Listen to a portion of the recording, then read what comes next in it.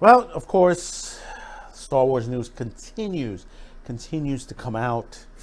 We're toward the end of season 2 of The Mandalorian.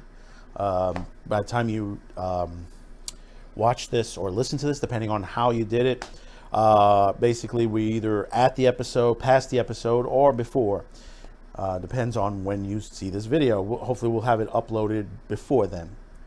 Now, we talked before with the Ahsoka thing, the rumors and stuff like that, and we said, Doomcock had said certain things on there. Here's another YouTuber, Grace Randolph. Same with her. It's a weird relationship as far as how she puts out a lot of stuff. As far as trust, I'm pretty much on target with her. Some things I really truly disagree, more than Doomcock. There are occasions where I disagree with Doomcock on certain things, but more and more off toward Grace Randolph. She is a scooper. She gets some real good scoops. I'll tell you that. Do check her out. I do recommend her, and I'm allowed to agree and disagree with any of the YouTubers on there. I'm not going to slam them or anything of that nature, unless they do something really horrendous. Like one YouTuber did. We don't even want to go into that. That caused the death of his fiance or wife, or however you want to put that. But like I said, we have the Mandalorian ending. We know of the issues with Pedro Pascal. Basically, he had some sort of disagreement on the set or fight on the set. The whole situation has to deal with his helmet and all that. And you just saw in the last episode, he took his helmet off for the second time in this series. The first time was in toward the end of season 1. Now, this has come out. Now, you could speculate on this. Rumor, grain of salt, truth, same situations. And we'll get this off of Bounding of the Comics again. And one thing is, the reason I use Bounding in the Comics, they're very good in what they say. They're pretty much on target also. If you want to see read stuff online of the industry and movie, televisions, anime, censorship, on that, Bounding in the Comics happens to be straight on. One of the better journals in the business for independent content. Unlike the mainstream journals, all these guys that are, they're throwing a lot of money at for just politics. You want straight news, Bounding in the Comics. Scooper Grace Randolph speculates that Pedro Pascal Din Djarin might get sidelined in the favor of Boba Fett for the Mando Season 3. Now, we've heard that situation before. Not for Boba, that basically might have been sidelined for Ahsoka or for Cara Dune, of that situation. We've heard this already all throughout this whole right before, during, and probably we'll hear it more afterwards as well. However, it came after Randolph defended herself on Twitter for a previous scoop claiming that there was drama behind the scenes on The Mandalorian and that Pascal had left the show halfway through production season 2. Yeah, that was a big mess with Grace. That could have been taken a little bit more easier, the claims and stuff like that. Because we still really don't know 100% what really happened on that set. Randolph had previous claim while filming season 2, Pedro really wanted to have some scenes with his helmet off. She went on stating that the Mando creative team wouldn't budge on this. She continues, so Pedro Pascal, from what I've heard from 2 news sources, now frustrated about this and also pretty darn uncomfortable in the Mando suit on the set, so he became difficult. One thing when you're in costume, and or makeup or stuff like that, you find it that it's very difficult to be in. There are many actors that have gone through this, that have had the same issues, but then they bedded in. One actor that's had it is the late Andres Katsoulis, who's been on Star Trek, on Babylon 5. He's always said he never liked wearing, he never liked the makeup and stuff like that being caught underneath there. But then he got into it. He got into it after a time period, and let me tell you, he created some iconic characters, especially Jakar, one of the great characters I loved on Babylon 5. Someone who had a change of pace where you thought he was the main villain, and then had a change somewhere where he ended up becoming a prophet toward the end of the series. Not to give too much away, but if you haven't seen it, I know NERDROTIC is going to be doing episode to episode deep delve of the Babylon 5 series, which, like I said, one of the great science fiction series of all time, next to The Expanse. I mean, you've some great storytelling. Some great story. When you can create a storyline, a 5-year arc, and have everything all put together nicely, that's the kind of storytelling you want. That's the kind of stuff that the network should be buying, is looking for people like that. Exactly, Michael Straczynski. Stories like that, even if it lasts 5 years, that's fine. That's fine. You can still be enjoyable.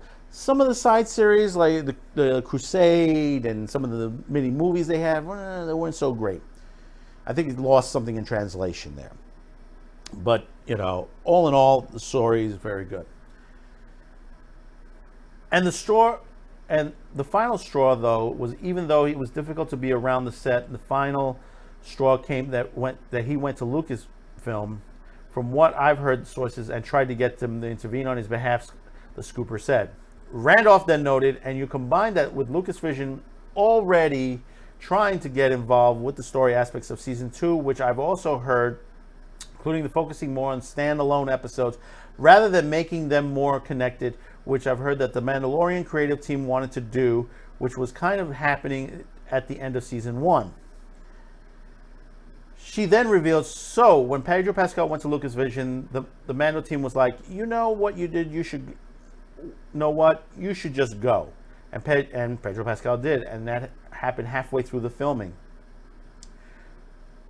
With the Believer episode giving Pascal plenty of time with his mug being shown, I love how he wrote that, shown sans his Mandalorian helmet, Randolph defended this claim on Twitter. She wrote, look, I never retracted my Pedro Pascal story because it's true. I'm glad I'm behind the scenes drama hasn't affected season 2 so far, which I'm glad that's also. But there are some little tweak issues, but we can overlook those. Kudos to Favreau and Filoni for protecting. She then teased they didn't announce Boba Fett show yesterday, even though it's filming. Is he the star of Mando season 3? Yeah, there are some rumors. I've talked to some people. Something's being filmed, and it didn't come up at the Disney Investor Show, and supposedly included Tamara Morrison. You could take it for a grain of salt that maybe it's part of the Ahsoka series or the other that Republic series, or the Rangers, or whatever the hell that is. It's hard to say what it is, or we've heard that season 3 is well in production now, so there's a possibility that Mando may not be in the first half of season 3. That's a possibility. In a subsequent tweet, Randolph would write, I've proven myself with my sources many times, including just yesterday. My job is to keep you in the loop. It's all our jobs to keep all our viewers in the loop. Randall then reiterated, I generally hope that everything was or will be worked out with Pascal. He's fabulous on The Mandalorian. He deserves that success and plenty more. Looking on his Twitter, looking on everybody else's, seems like everything's back to normal in some sort of way. Because normally, I think the way things go, everything gets slammed left and right. While she teases Boba Fett being a star on The Mandalorian Season 3 on Twitter, she would elaborate in her review and reaction video of the latest of The Mandalorian. Randolph explained Boba Fett, his show, wasn't announced yesterday, and I also tweeted, even though every entertainment reporter, including the top trades, had heard that filming as we speak. So, is Boba Fett the star of Mando Season 3? It's an odd that it wasn't announced. The show is called The Mandalorian. Not the Pedro Pascal show or anything like that. So, in a technical aspect, if you want to be technical, it could be any Mandalorian at this point, because it says The Mandalorian. It doesn't say The Mando or Din Djarin show. It's The Mandalorian. I prefer that the Pedro Pascal character be the main focus. It's to that nature, because I do like the character and his arc. Now that we're finding out that he was part of what you call the remainder of Death Watch, and that they believe in a different way. That they, of course, Death Watch, what their beliefs and stuff like that. unlike the other Mandalorians in the series itself. And we learned that from the episode where the Mandalorian showed up on there. And they're shooting the Boba Fett show, which timely works out perfectly for December release. They shot Mando Season 2 in October. They started shooting it in October 2009. So basically the timeline, it's the same timeline. She continues. Randolph went on and everybody said, oh, it's weird that they're shooting Boba Fett now because this was supposed to be the time frame for Mando Season 3 to shoot. But maybe it is that's the answer. Maybe they're shooting Mando Season 3, but it stars Boba Fett. She then speculated that Pascal Din Djarin might be sidelined in the season finale. She stated, I hope that if Din Djarin is sidelined in the season finale, he just doesn't die so that he can come back. It could be he goes off on a quest with the Grogu for Grogu to become a Jedi. It could be they go in that direction, or they go into hiding. We don't know. We'll know in the finale, because the way it left off the last episode, I think it's going to end up to be very good. Hopefully. Let's cross fingers on that. Remember I told you that the Pedro Pascal drama, as far as my sources have heard, had not been totally resolved as just a few weeks ago, Randolph added. Later in the video, she would state, Disney doesn't love to kill parents. I have not heard it, but that is going to happen in the season finale. But I am just nervous about it. Maybe again, he's just frozen in carbonite or something. We'll see.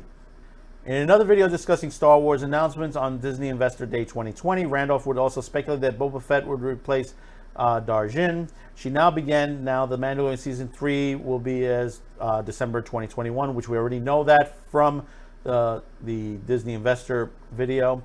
They said in a quick, during the presentation, although to be fair, the whole presentation moved by a very fast clip. They didn't mention the Boba Fett show. I talked about this on Mandalorian Review for the week. Everyone in the entertainment's reporting the community that no, Boba Fett is shooting right now. So it's very odd for them not to announce it, Randolph continued. She then added, my theory is that maybe Boba Fett is the focus of Season 3. We'll see what happens in the final episode, or again, it's just a bluff. I don't know why it would be a bluff. But they shot Season 2 around this time. Yeah, we know that situation. We'll see what happens, and that's the way it conclude. Like I said in another video, Disney does not know what they're doing.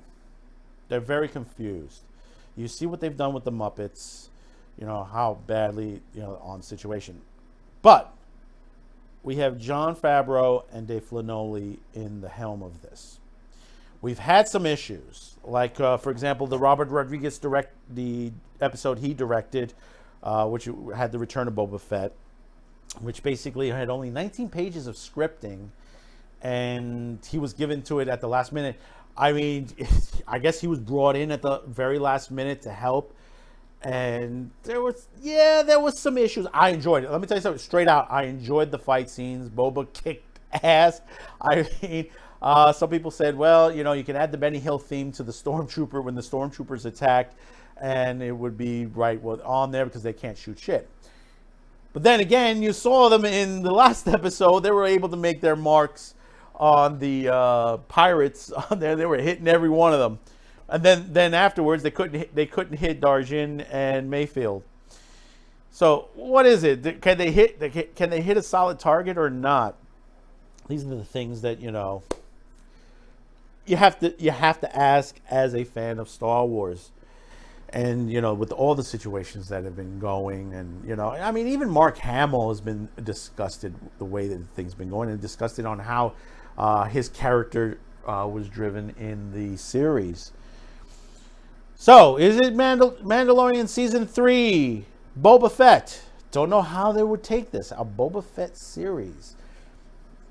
I can't see on there. The only thing I would if we're going to do a Boba Fett series, it would have to be something of a bounty hunter series, where it's not only Boba, that maybe it's a couple of the other bounty hunters. Maybe we get the return of Cad Bane. Could we get Cad Bane back in this? It would be nice. It would be nice if the last episode we get Cad Bane in it, or many other of the bounty hunters in the Star Wars canon. So we will see in a year, or we will know at the end of the series, finale on the season finale on Friday or Thursday 3 a.m. Thursday into Friday 3 a.m., which most of us, that's where we were. Let me tell you something. I've been watching it and watching the live parties at 3:30 Eastern. So I'm on the East Coast in New York City. So basically, we get that unlocked at 3 o'clock in the morning Eastern. And everybody else is watching at the same time we are, and then get back to sleep, and my whole day's all messed up after that. After that, my Friday is a whole mess. At least I get most of my shows up and running at that point, so I'll be able to sit back and watch Friday Night Tights, which I was like half asleep during Friday Night Tights this week. No, nothing against them. I was just so exhausted because I was also playing a little bit of Cyberpunk as well. So on there. So comment below. Let me know. What do you think? Is it going to be Mandalorian Season 3 Boba Fett? Or is this a red herring? Could it be a red herring? You know, you never know. You never know. Not to insult Grace Randolph or anything of that nature. You know, because she's been on target. There's some things that she's went a little bit over the top, but that then again, you know, it happens. You know, it's like her, Doomcock, and a couple others. They got some good sources. I have some decent sources in the business, not like they do. So I get backhanded information. Sometimes I get something that's juicy. But basically, I would have to look it up. By the time I finish doing that, everybody else is already ahead of me on that. So sometimes, because I know some people in the comments line say, "Hey, listen, you're behind." Yeah, I'm late to the show, but I want to make sure I get the information correctly for you. So hit that subscribe. Thanks to you who have subscribed to that, especially the new subscribers and my current subscribers, my veteran subscribers that have stayed with me. We're on our way to 250. Let's see if we can get to 300 subscribers at least by the new year. You know, all we need is a little bit above 55. I think about 55 subscribers. This is when I recorded it, so it may be less than that. So at least let's get 50 subscribers up there. Get closer to the 300. I would love to be at 1,000, but let's see what we can get to by the end of the year. It would be really appreciated. And maybe we'll do something special. Let's see what I can tweak together for you there. Maybe we'll do something special for you guys. So hit that subscribe, hit that like, hit that notification bell, and share this video. We will catch you on the next one. Thank you for tuning in. Thank you for being there. Stay tuned for the little message at the end, and have a good one. Bye-bye now. With the holidays well underway, you might be looking for that special gift. Check out our merch store at teespring.com, where we have the new winter gear out. From the Madman Cafe to Madman with the Show. Shirts, hoodies, mugs, and even pillows. Starting on December 2nd, use the promo code XmasCafe to get an additional 15% off till December 24th. All proceeds go to help this channel. That's teespring.com/shop Q to cast.